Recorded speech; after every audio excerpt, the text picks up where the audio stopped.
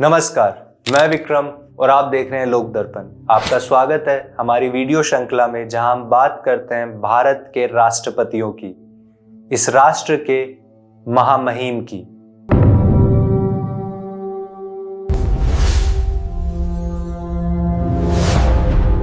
आजादी के बाद पहली बार 1969 के राष्ट्रपति चुनाव में न कांग्रेस जीती न विपक्ष।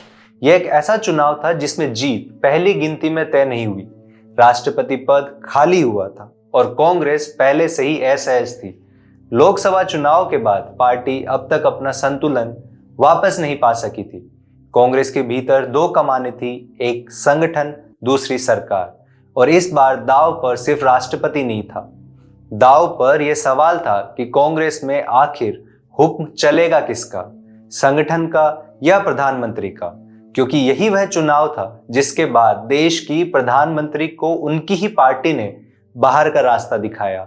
और इसी टकराव के बीच जब कांग्रेस अपने ही आदेशों में उलझी हुई थी, वहीं से एक नाम सामने आया जो न संगठन का था न सरकार का था, भारत का चौथा प्रथम नागरिक वीवी गिरी। डॉक्टर जाकिर हुसैन कार्यकाल पूरा नहीं कर पाए। देश को नया राष्ट्रपति चाहिए था, लेकिन कांग्रेस को उससे पहले अपने भीतर उठ चुकी बेचैनी को समझना था। 10 जुलाई 1969 बेंगलुरु कांग्रेस संसदीय दल की बैठक बुलाई गई। राष्ट्रपति पद के लिए उम्मीदवार तय होना था। संगठन के चेहरे बदल चुके थे, लेकिन नियंत्रण की लड़ाई अब भी वही थी। इंदिरा गांधी एक प्रस्ताव लेकर आई। महात्मा गांधी की जन्मशती का वर्ष था। उन्होंने कहा, यह समय है देश को एक दलित राष्ट्रपति मिले। नाम सामने रखा गया, बाबू जगजीवन राम। कमरे में खामोशी रही। फिर संगठन की ओर से दूसरा नाम आया, नीलम संजीव रेड्डी। मतदान हुआ और नतीजा स्पष्ट था। यह इंदिरा गांधी की हार थी, लेकिन यह हार सिर्फ एक प्रस्ताव की नहीं थी। यह संकेत था कि कांग्रेस के भीतर अब दो दिशाएं खुलकर आमने सामने हैं। बैठक समाप्त हो रही थी, तभी संगठन के सबसे प्रभावशाली चेहरों में से एक के कामराज बोले, एक ऐसा नेता जिसके पास पद भले ना हो, लेकिन पार्टी की दिशा तय करने की आदत अब भी थी। उनका वाक्य शिष्टाचार जैसा लगा, लेकिन राजनीति में ऐसे वाक्य अक्सर संदेश होते हैं। अगर चाहे तो इंदिरा गांधी को ही राष्ट्रपति पद का उम्मीदवार बनाया जा सकता है। इंदिरा गांधी समझ गई, यह सम्मान नहीं था, यह उन्हें सत्ता के केंद्र से हटाने की एक शालीन कोशिश थी। और यहीं से इस बैठक के बाद दिल्ली लौटते हुए उन्होंने तय कर लिया, अब समझौते से काम नहीं चलेगा। दिल्ली लौटते ही कांग्रेस के भीतर पहला बड़ा बदलाव दिखने लगा। मोरारजी देसाई उप प्रधानमंत्री और वित्त मंत्री अब इंदिरा गांधी की राजनीति दिशा में सबसे बड़ी रुकावट थे। इंदिरा गांधी बैंकों का राष्ट्रीयकरण करना चाहती थी। मोरारजी देसाई इस फैसले के खुले तौर पर विरोध में थे। 16 जुलाई 1969 मोरारजी देसाई का इस्तीफा और उसके कुछ दिनों बाद कार्यवाहक राष्ट्रपति यानी उपराष्ट्रपति वीवी गिरी बैंक राष्ट्रीयकरण के कदम पर हस्ताक्षर कर देते हैं। यह सिर्फ दस्तखत नहीं था, यह एक साफ संकेत था कि अब कांग्रेस की राजनीति में दिशा बदल रही है। उधर राष्ट्रपति चुनाव की बिसात पर तस्वीर साफ हो चुकी थी। कांग्रेस संगठन का उम्मीदवार नीलम संजीव रेड्डी, विपक्ष का उम्मीदवार सीडी देशमुख और तीसरा नाम जो न संगठन का था न विपक्ष का, वीवी गिरी।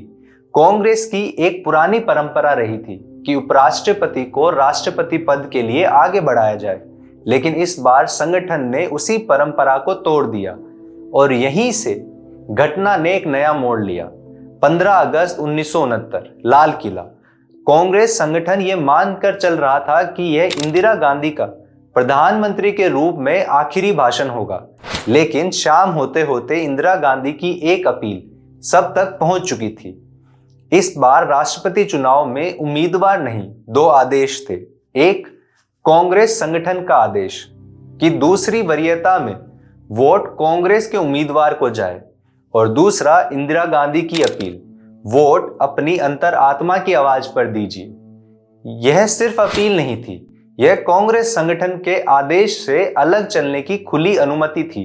और यहीं से राष्ट्रपति चुनाव संख्याओं का नहीं, कमान का चुनाव बन गया। 16 अगस्त 1969 वोटिंग, 20 अगस्त 1969 काउंटिंग।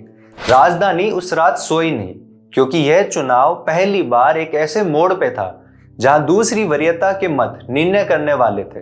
हर राउंड के साथ गणित बदल रहा था और अंत में वीवी गिरी जीत गए और कांग्रेस संगठन हार गया। यह जीत सिर्फ एक व्यक्ति की नहीं थी, यह जीत उस निर्णय की थी जो पार्टी के भीतर पहली बार खुलकर लिया गया, हम किसकी सुनेंगे। और इसके बाद जो हुआ वह राष्ट्रपति चुनाव की कहानी नहीं रही, वह भारत की राजनीति का सबसे निर्णायक विभाजन बन गया। 1 नवंबर 1969 कांग्रेस वर्किंग कमेटी 2 जगह बैठी, एक संगठन का दफ्तर, दूसरी प्रधानमंत्री का घर। एक पार्टी 2 कमरे, लेकिन फैसला एक नहीं था।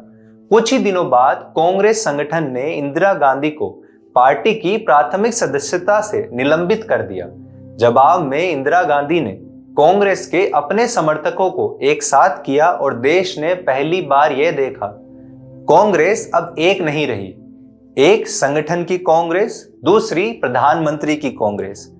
इतिहास ने यही लिखा, कांग्रेस 2 हिस्सों में बंट चुकी है, कांग्रेस ओ और कांग्रेस आर। वीवी गिरी का जीवन सत्ता से शुरू नहीं हुआ था, उनकी राजनीति की जड़ मजदूर आंदोलनों में थी, रेलवे मजदूरों के संगठन से, ट्रेड यूनियन की भाषा से, और यही जड़ राष्ट्रपति बनने के बाद उनके लिए सबसे बड़ा बोझ बनी। 1971 युद्ध और फिर बांग्लादेश का जन्म। देश उत्सव में था और सत्ता और मजबूत। राष्ट्रपति के लिए यह समय हस्ताक्षर का था और मौन का भी। लेकिन असली परीक्षा 1974 में आई। रेलवे हड़ताल, देश के पहिए थम गए, सरकार ने कठोर कार्रवाई की, गिरफ्तारियां हुई, दबाव बढ़ा और राष्ट्रपति भवन में एक आदमी बैठा था जिसने कभी मजदूरों के हक में मंत्री पद छोड़ दिया था, जिसने सरकार के खिलाफ जाकर बैंकों की हड़ताल में मजदूरों का साथ दिया था, और जिस रेलवे संगठन पर अब सरकार कठोर कार्रवाई कर रही थी, उसके निर्माण और मजबूती में जिसका योगदान कभी केंद्रीय रहा था।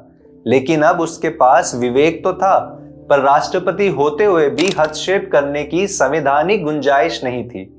वीवी गिरी देखते रहे और शायद यही उनका सबसे बड़ा भीतरी संघर्ष था। 1969 का राष्ट्रपति चुनाव एक चुनाव नहीं था, यह एक निर्णय था कि भारत की राजनीति में आखिर आदेश चलेगा किसका, पार्टी का या प्रधानमंत्री का।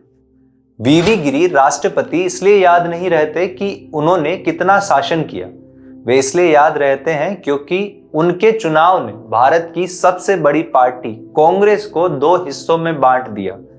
और यही पहले नागरिक की असली भूमिका है। कभी कभी राष्ट्रपति देश का नेतृत्व नहीं करता, देश की राजनीति को उसकी सच्चाई दिखा देता है। अगले एपिसोड में वह राष्ट्रपति जिसके हस्ताक्षर देश के सबसे काले कागज पे पड़े, फखरुद्दीन अली अहमद की बात करेंगे।